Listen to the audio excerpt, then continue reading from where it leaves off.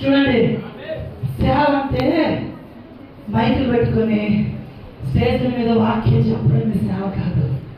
సేవ అంటే ఏంటో తెలుసా? సేవకునికి నిన్న రాత్రి మేము విన్నాం. నిన్న రాత్రి వాక్యం ఎంతమంది విన్నారా? నిన్న రాత్రి ఊరు ఆరోగ్యం ఏం చేశారని చెప్పాను.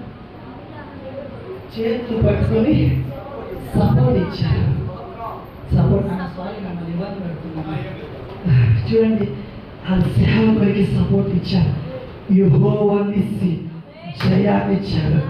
మీరు కనుక సేవకుడికి సపోర్ట్ నిలబడినట్లయితే ఐక్యతతో, అయ్యా మీరు ఏది చెప్పినా ఐక్యత